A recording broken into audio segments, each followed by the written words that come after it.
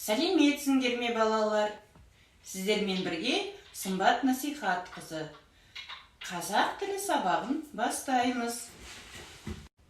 Алдымен экранға назар аударайық. Жасырынған сөзді тап ойыны арқылы бүгінгі сабағымыздың тақырыбын анықтайық.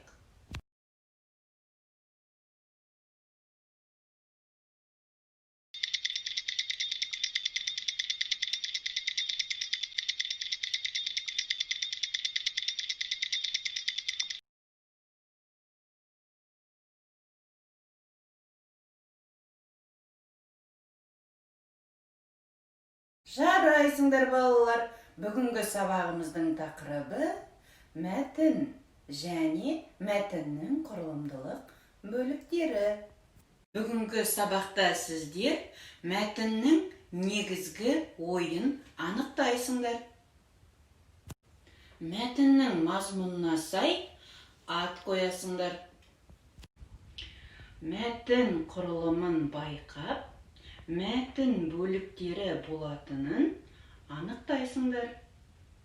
Сен білесің, әріптен сөз, сөзден сөйлем, сөйлемнен мәтін құралатынын. Балалар, мен сіздермен сұхбаттасқым келіп отыр. Сұхбаттасуға дайынсың ба? Мәтін дегеніміз не? Жауап береміз. Тақырып дегеніміз не?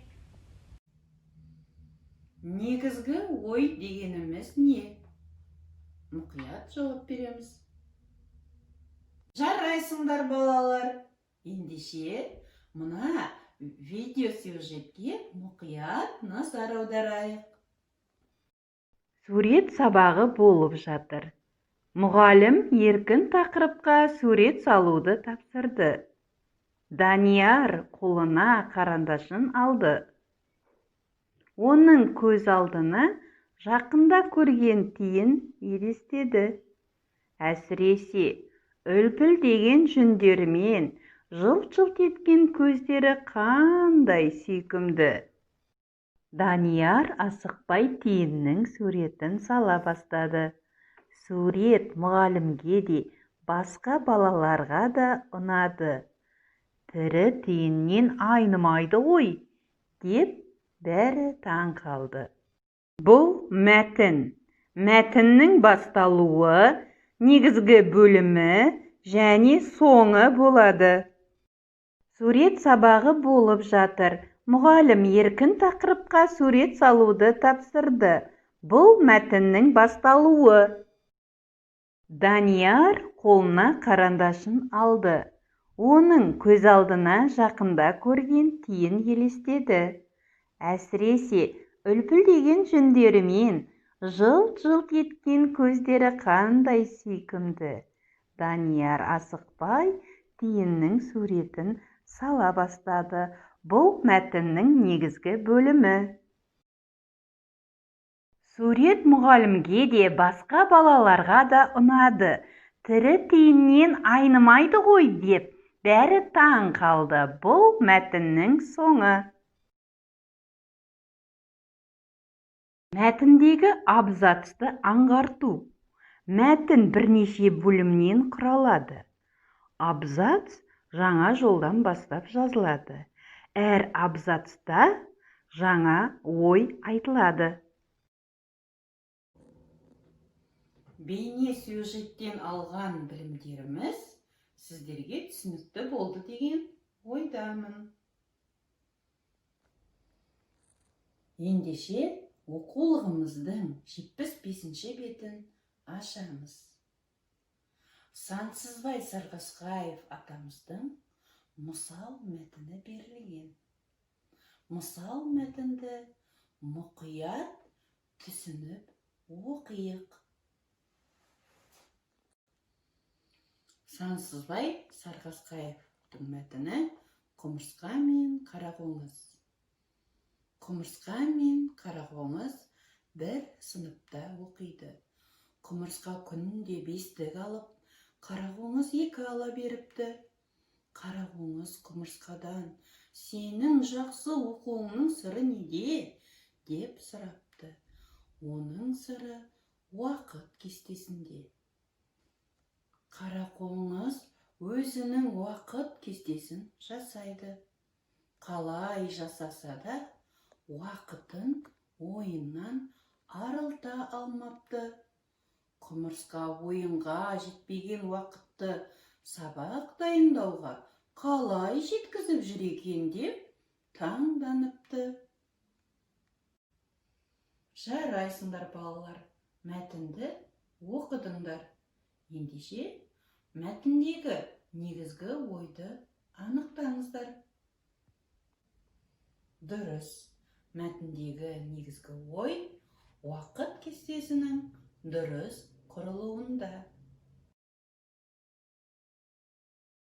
Осы мәтін кейіпкерлерін өмірмен байланыстырып көрейікші. Біздің сыныпта да құмырсқада еңбекқор, еріншек емес, уақытын босқа өткізбейтін, сабағын жақсы оқитын оқушылар бар деп айтуға болады. Ал қарақоңыз сияқты уақытын босқа, ойынға өткізетін балалар болса, әдепті баладан үлгі ал деп кеңес береміз. Балалар, мәтінге мұқият қарайықшы. Бұл мәтін неше бөліктен құралған? 3 бөліктен құралған. Бірінші абзацта қандай ой айтылған? Құмырсқа мен қоңыздың бір сыныпта оқитындығы және қоңыздың 2 ала беретіндігі. Екінші абзацта қандай ой айтылған? Қарақоңыз құмырсқадан жақсы оқудың сырын сұрады. Үшінші абзацта қандай ой айтылған? Құмырсқаға таңданды. Мәтіннің 3 бөлімі бойынша жоспар құрамыз. Мәтіннің басталуы бойынша бірінші қоңыздың 2 алуы. Екінші негізгі бөлім бойынша уақыт кестесін құру. Үшінші соңы мәтіннің соңы бойынша құмырсқаға таңдануы. Жаттығуда мәтіннің бірнеше бөліктері берілген. Мәтінге сай емес бөлікті алып тастайсыздар. Дұрыс мәтінді құрастырасыздар. Құрастырылған мәтінге ат қоясыздар. Мәтіннің тек соңғы бөлігін дәптерге әдемі етіп көшіріп жазасыздар. Міне балалар, осымен сабағымыздың соңына да келіп жеттік. Қазір балалар, мен сіздермен бір ойын ойнағым келіп отыр. Иә және жоқ деген ойын. Мен сіздерге сұрақ қоямын. Сіздер сол сұраққа иә немесе жоқ деп жауап бересіздер. Бірінші абзац жаңа жылдан бастап жазылады. Жауап иә. Екінші мәтін 5 бөлімнен тұрады. Жауап